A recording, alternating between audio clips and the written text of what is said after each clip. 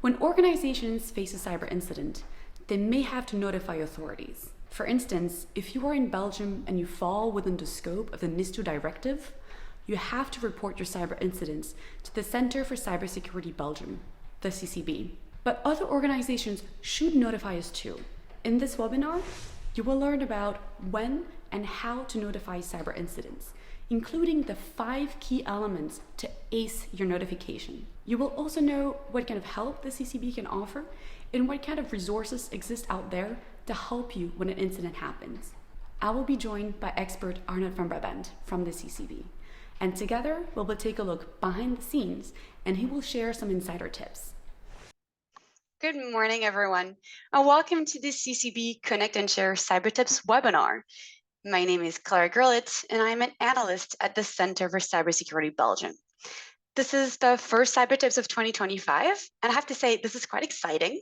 We have a lot in store for you this year. So we've been trying to bring out topics that matter to you based on your feedback. So thanks a lot for providing feedback to us. We received a lot of questions about incidents, and that is why we decided to start the year off with a Cyber Tips series on incidents. Today, the topic is reporting incidents and what it is that you can expect from notifying these. But next time, we will be addressing ransomware. And there we're going to be taking a look at the trends that we see in Belgium, but also how it is that you can best prepare your organization for ransomware and extortion. So stay tuned for the next Cyber Tips on ransomware. And for those of you who have never attended a Cyber Tips webinar, just so you know, this is an interactive session. That means that if you have questions throughout the webinar, please don't refrain, ask your way. At the end of this webinar, the most upvoted questions will be answered live. So feel free to ask questions, but also vote for questions that matter to you. Now, let us get really into the topic of today, cyber incident reporting. You have probably heard of it, especially if your organization falls under the NIS2 directive. And I saw it's about, 70–80% of the people attending today said that they belong to a NIS2 law, they belong to an entity part of the NIS2 law. If you are in Belgium and you are either an important or an essential entity under the NIS2 law, then you have to report your cyber incident to the Center for Cybersecurity Belgium. So to clarify when and how to report, but also what you can expect from reporting an incident with the CCB, I am joined today by our expert Arnout van Brabant.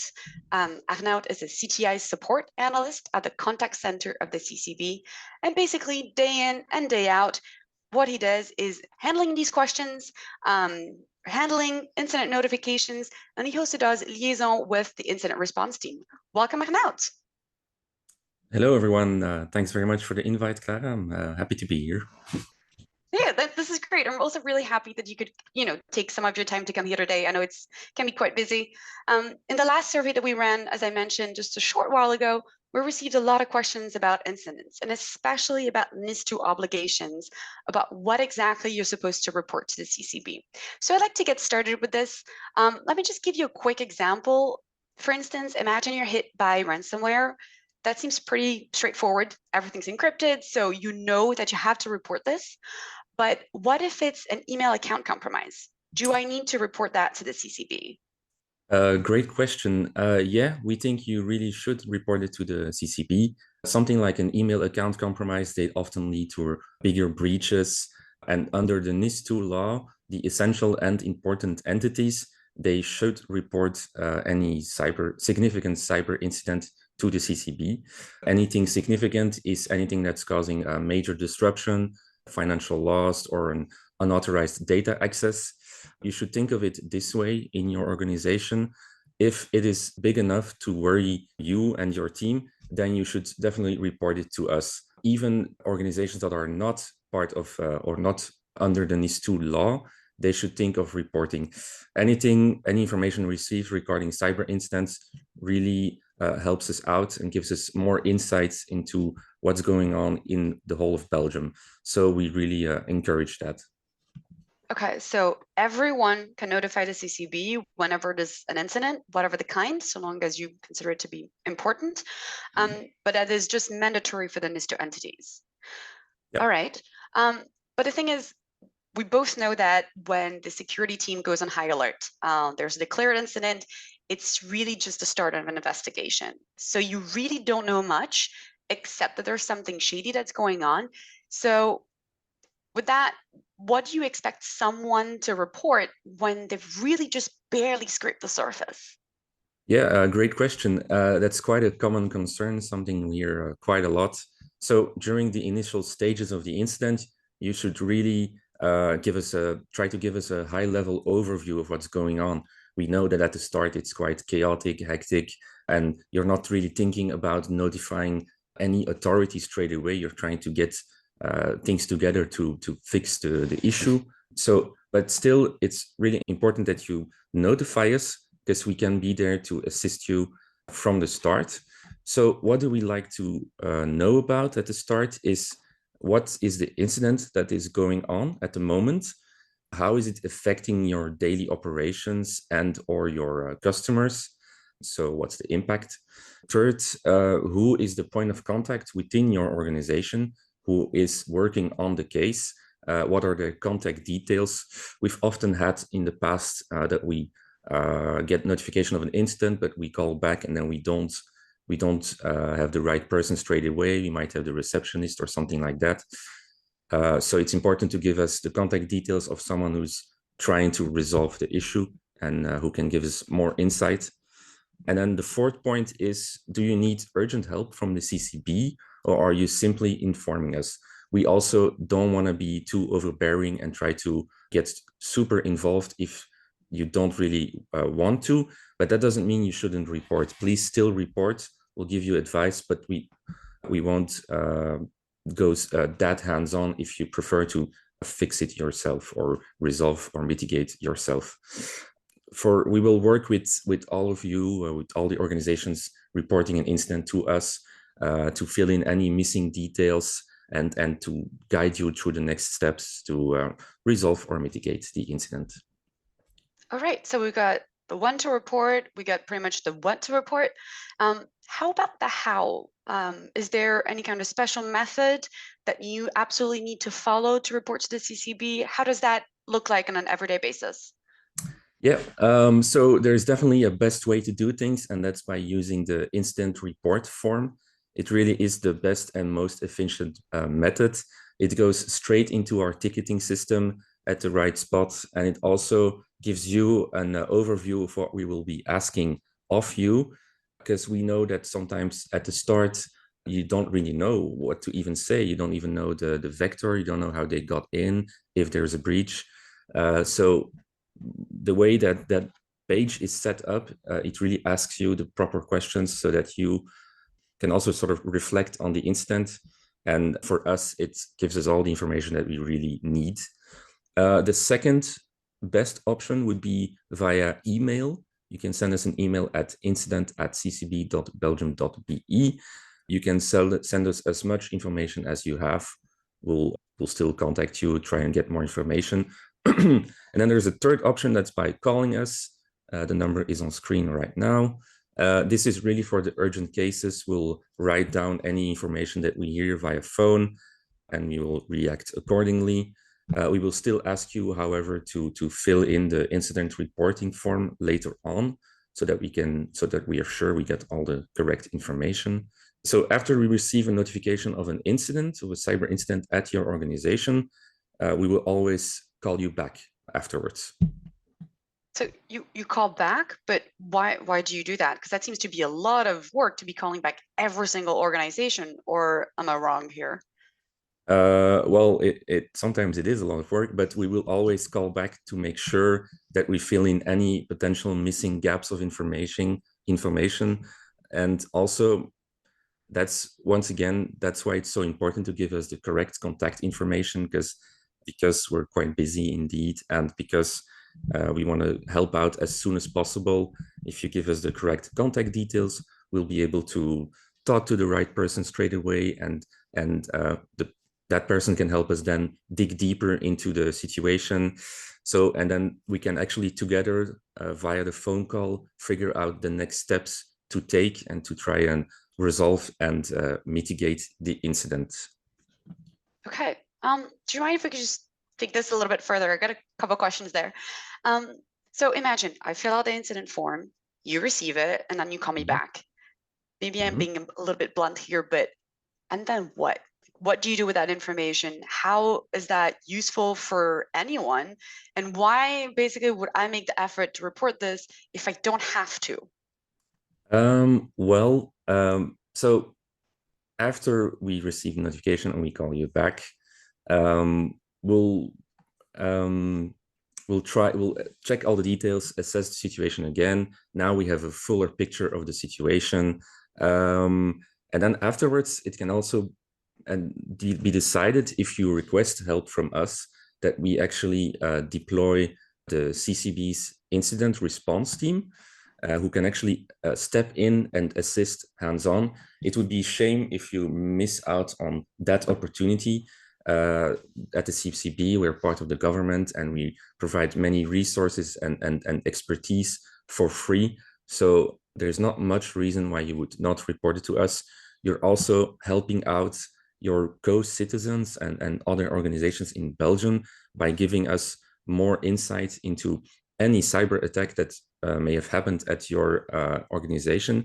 For you, it's just this one case. For us, it might actually be linked to some other incidents or something like that. After all that, we'll also look if it's necessary to suggest to you that you contact the other national authorities, like the police. For pretty much any cyber incident, you should also report to the police, and especially if there is a financial loss, they can also assist. And then there's also, for leaked personal data, an obligation to report to the Data Protection Authority. So by having more information on the case, by going back and forth, we'll be able to give you even more precise advice and guide you through the additional organizations that you should contact or report to.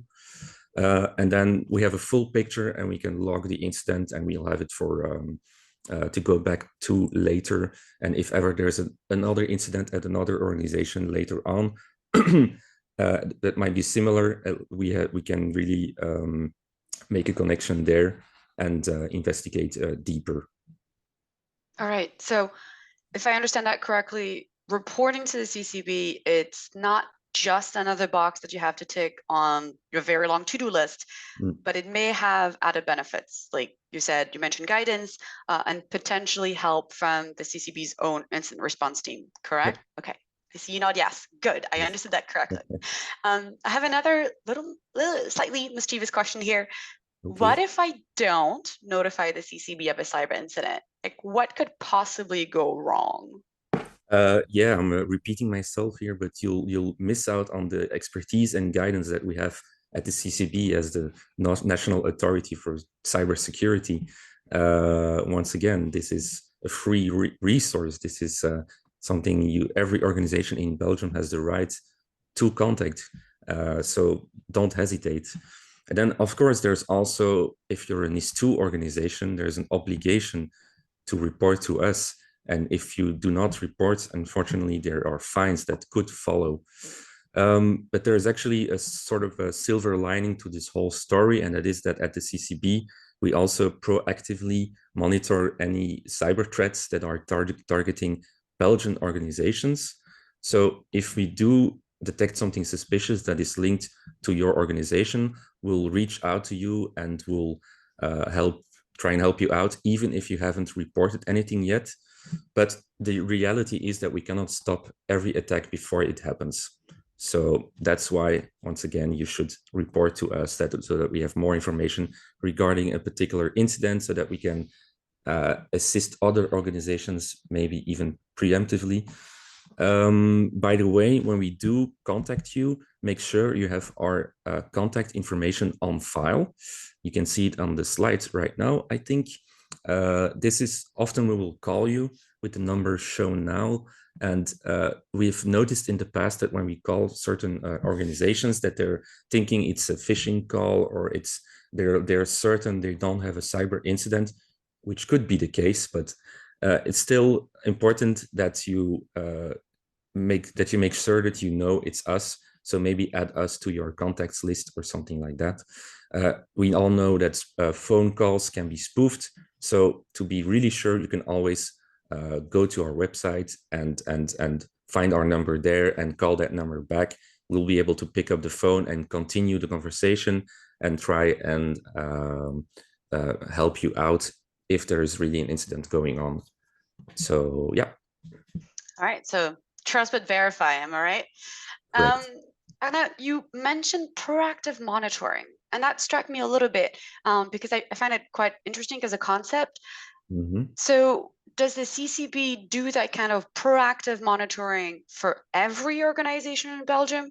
Or could you say, I'm a small business, do I expect the same kind of monitoring as a big bank, for example? Well, obviously at the CCB, as part of we are the National Authority of Belgium for Cybersecurity, we will definitely monitor critical infrastructure and the essential services a bit more closely, because a cyber attack against them could really have a major impact on society. But no matter the organization's type or size, if we pick up on a cybersecurity issue that concerns you, we'll definitely let you know. That includes the alerts such as the spear warnings regarding vulnerabilities that we currently already send out very regularly. But our monitoring really depends on the day and the current priorities. So yeah. Okay. Sorry. Thank you for clarifying this. I did find it quite interesting as a concept. Now we're talking about incidents. So we're talking about something that's already hit you. But of course, as somebody who's a defender, I want to see how can that not happen. So is there anything that you can do before an incident happens, such as resources that we could look into that are freely available for people to use to better prepare against a potential cyber incident? Yeah, there's actually a wide range of freely available, publicly available resources published by the CCB that can be used. A few that we like at the contact center is to start the cybersecurity incident management guide. This is something that was made together with the Cybersecurity Coalition, and it gives you really an overview on how to respond to incidents, how to prepare for them. It outlines the key roles and procedures and tools for an effective incident management. The guide really aims to make you more resilient against any potential cyber threats. There's actually also a shorter version available on the Safe and Web at Work website, which is the article is called Cyber Attacks, What to Do.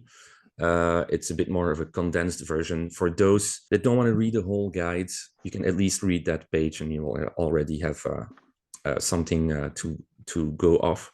And then there's the second big one is the Cyber Fundamentals framework. There's 4 levels: small, basic, important, essential. You should really try for your organization to get to the basic level. And I don't mean NIS2 organizations, any organization, get at least the basic cyber fundamentals framework level. And then you can also display that label on your website and all that. And then there is also Safe and Web at Work again, which I briefly mentioned. This is free, publicly available. It has a bunch of tools and resources free of charge.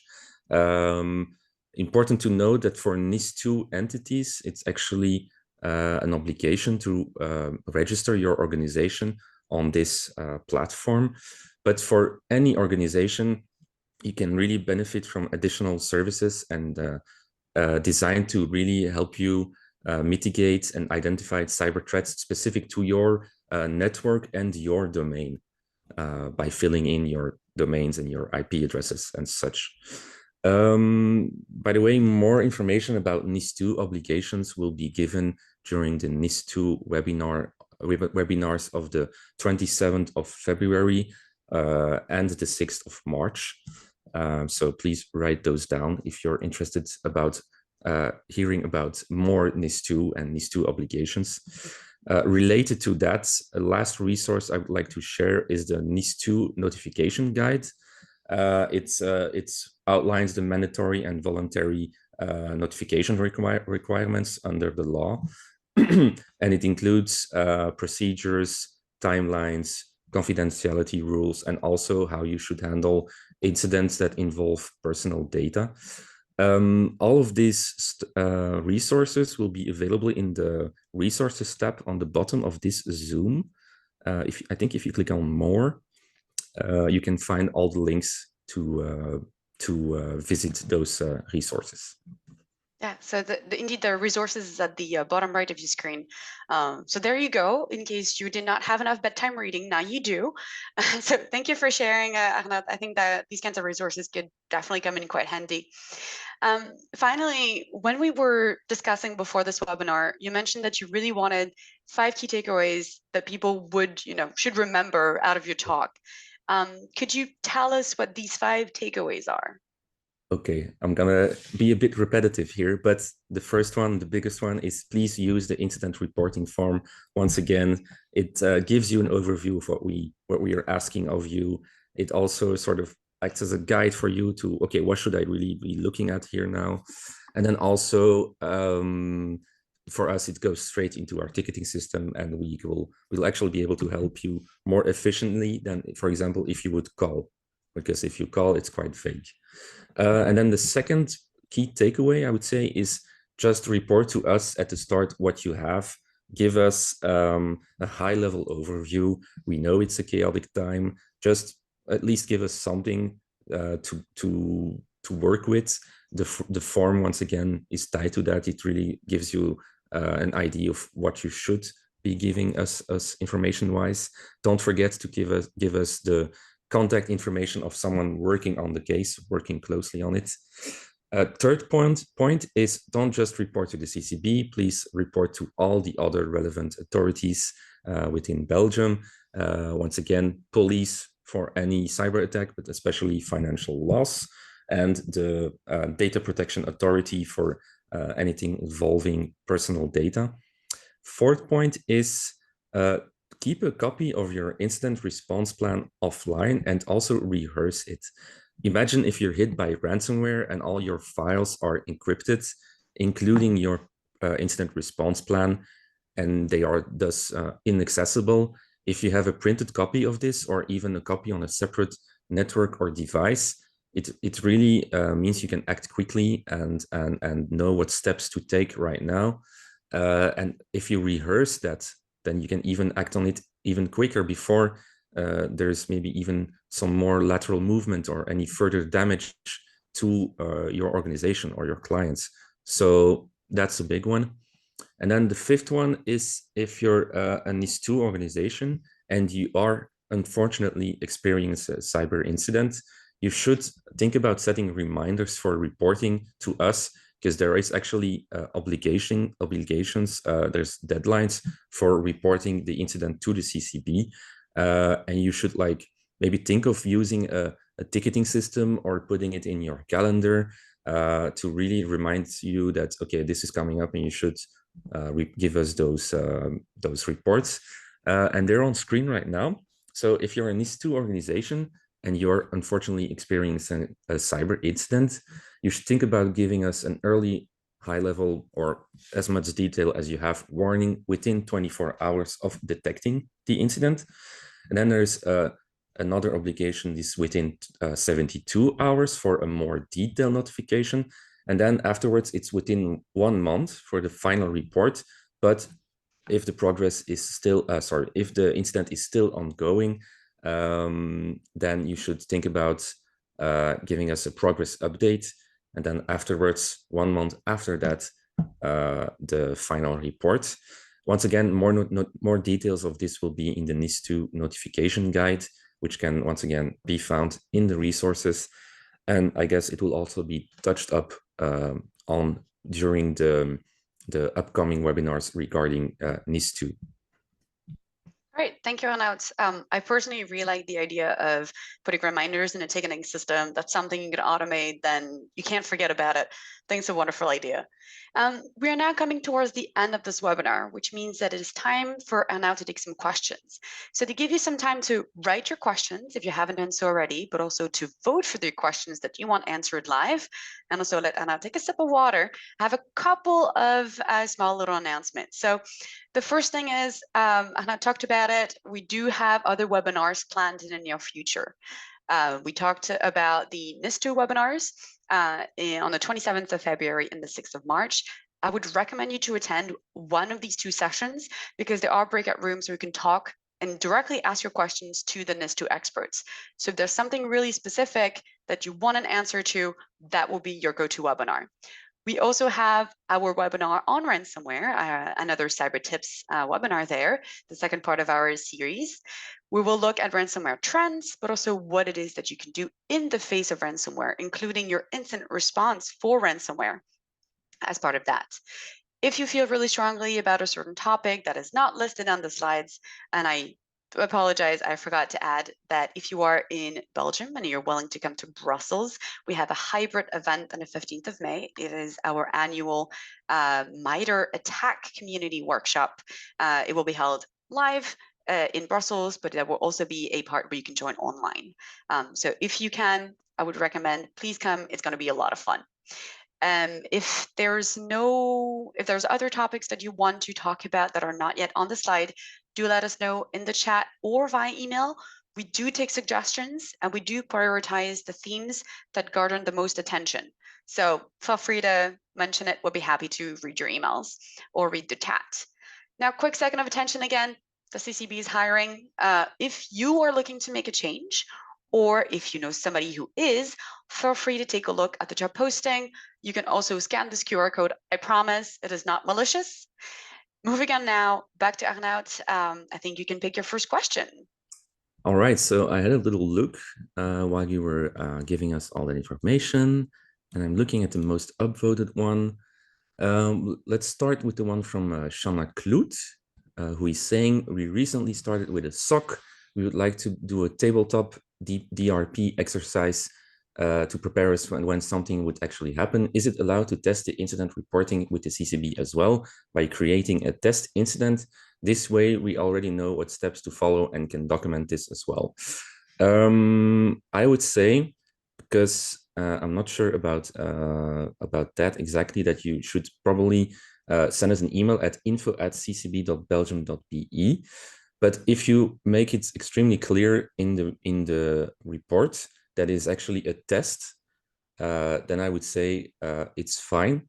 But to be really sure, I guess I'll have to go get back to you on that. So if you don't mind sending us an email at info@ccb.belgium.be so I can check this out for you for sure. Next question from Pierre Sébastien, sorry if I butchered your name. If the company is operating in multiple European countries, how to determine which local authority should be informed, depending on where the compromised device is, or should it be the country of the headquarters, or both? Thanks. I'm assuming this is regarding NIS2. And so I would say, if you're thinking of reporting, and especially if there's an obligation, why not report to all the authorities? If you're making a report anyway, it would be good to share it with all the involved elements. So if there's an employee or a device in Belgium that's compromised, then please let us know. A next one from Fabrice Dassoul. If we have a mail compromised or a user who clicked on a phishing link, deleted some contacts in his Outlook, this will not impact our daily operation. Should we report this kind of incident? Yes, you definitely should. It was actually given as an example a bit earlier in the webinar. Any sort of compromise, any cyber incident, we would like for you to report it to us to give us more insights into what's going on in Belgium. And then if you're part of a NIS2 organization, this may not be a significant one, but it still doesn't hurt to notify us, even though there are obligations for NIS2 organizations. please just inform us of any cyber incident. It can really help us out. I don't know how much time I have left. Clara? I think we have time for one more question. One more? Okay, let me have a look. Sorry, my Zoom kept scrolling down. I'll answer the one from Toon Mordek. Why do we not get a reference number when we do an initial notification of an incident? It is now difficult to provide add-on information about an already open incident. This is actually a really great remark, and we really are open to any suggestions that you may have regarding incident reporting. If this is something that you would like to see, we'll have a discussion about it internally, and that way you can always refer to that reference number when contacting back. You should know that when you give, if you're part of a NIS2 organization and you give a follow-up notification, for example, a 72-hour report or the final report, it does automatically for us go into the ticket. So when you do contact us, know that we already know that you're part of the same organization and it's all tied together. But it's definitely a good idea to provide you with reference numbers. So this is something that we will look into. Thanks very much for the suggestion. So I think that's it for the questions. I see there's a lot of questions. I would like to thank everyone for these questions. Please don't hesitate to send us an email at info@ccb.belgium.be. We'll make some time to answer your question. Please mention that you wanted to ask this question after visiting our webinar, and then we'll be able to respond to you in a quick fashion. Thanks very much. Thank you, Arnout. So what we're going to do with the unanswered questions is that we're going to try to compile as much as possible and try to answer them and send the responses to the participants. So that should normally be coming in either with the recording or in a separate email. But we'll take the time to be able to answer as many of the 46 questions that were asked today. So now this is really the end of our webinar. All I have to say is a big thank you to our expert, Arnout van Brabant, for his valuable insights. Thank you. Thanks. And thank you to all of you for watching, but also for asking questions. I really look forward to our next CyberTips webinar on the 3rd of April. It will be about ransomware. And until then, see you next time. Bye-bye.